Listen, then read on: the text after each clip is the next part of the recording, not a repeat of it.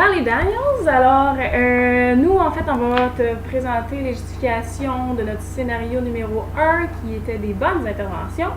La première, c'est une bonne intervention verbale. En fait, c'est qu'on a respecté les étapes ABC. Fait que le A qui était d'inciter à poser des questions, à utiliser les outils qui sont à la disposition de l'élève avant de lui donner des réponses tout de suite, dans le but de favoriser justement son autonomie en lui donnant des pistes de solutions plutôt que tout de suite lui donner des réponses. Pour ce qui est du B, dans le fond, on lui posait des questions plutôt que de relever ses erreurs ou de lui donner des bonnes réponses. L'objectif dans tout ça, c'est de l'orienter davantage en le dirigeant vers des indices plus précis par rapport à sa recherche de solutions. C'est ça, on l'orientait sans nécessairement, on lui donnait pas de réponse là, ou d'explication claire. Fait qu'on a respecté le AB, on n'a pas eu non plus à se rendre à l'étape C qui est justement de donner des explications une fois qu'il a fait beaucoup d'efforts, là, quand on voit qu'il commence à se démotiver. On n'a pas eu à se rendre là parce que justement en donnant des questions au début dans le A qui était plus large, là ça lui faisait activer un petit peu plus sa réflexion. Après ça, on l'orientait un petit peu plus avec le B quand on voyait qu'il commençait à se démotiver mais sans lui donner d'explications. Fait qu'on n'a pas eu à se rendre au C. Dans le fond, suite aux efforts qu'il a donnés, par rapport à une difficulté, là, il donnait des efforts pour trouver dans sa réflexion, mon Dieu, c'est pas clair. En tout cas, il a réfléchi par lui-même, il était capable de trouver les solutions de lui-même parce que justement, nos questions lui permettaient de réfléchir. Ouais, de réfléchir pour trouver des solutions. Pour ce qui est de la deuxième bonne intervention verbale, dans le fond, l'intervenante encourageait Kevin verbalement. En lui disant qu'il a fait des efforts de lui-même et qu'il a trouvé réponse à sa question. Ça a eu comme impact d'augmenter l'estime de soi de Kevin. Il a aussi fait vivre des petites réussites puis ça a augmenté sa motivation. C'est ça par le fait que justement il a trouvé des réponses. Ça lui a aussi démontré qu'en mettant des efforts nécessaires pour chercher des solutions ou peu importe, quand il fait des efforts, il y a des résultats positifs qui s'en suivent là, suite à ces recherches-là.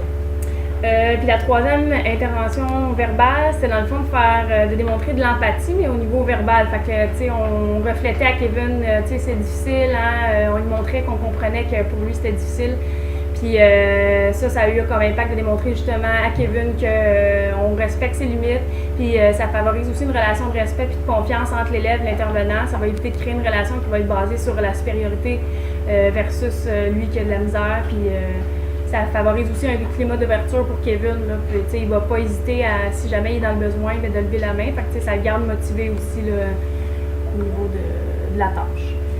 Par rapport aux bonnes interventions verbales, la première, ça a été qu'il y ait une bonne proximité entre Kevin et l'intervenante. Par cette bonne proximité-là, dans le fond, ça évitait les malaises potentiels, advenant que Kevin se sente inconfortable là, si l'intervenante est trop proche, pour pas justement la décevoir ou pas sentir trop de pression.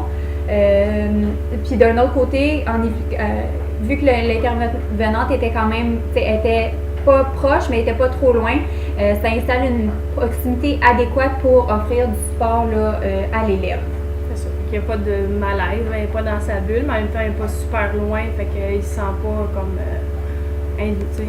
indifférent face à elle. La deuxième, c'était intervenir aux besoins seulement. En fait, elle ne restait pas à côté de lui tout le long. Elle attendait qu'il lève la main quand elle voyait qu'il avait mis des efforts. Mais là, elle se déplaçait.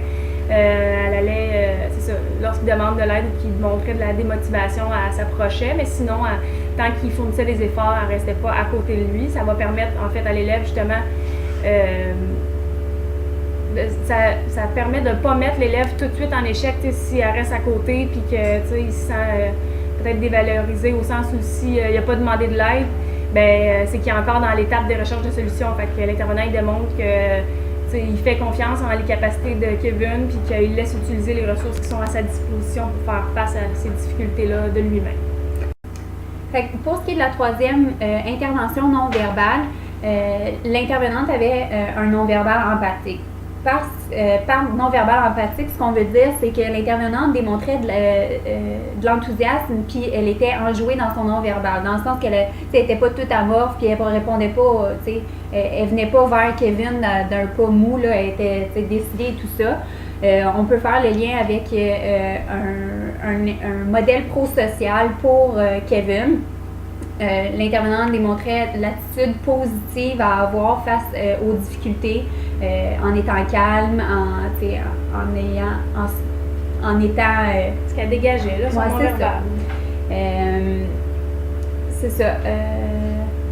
Ça lui démontrait, dans le fond, quelle attitude adopter par rapport aux travaux pour éviter d'être démotiver Kevin aussi, là.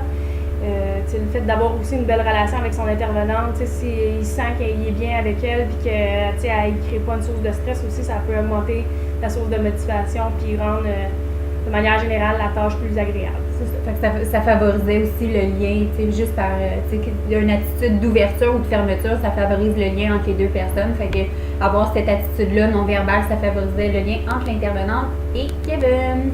Bye bye!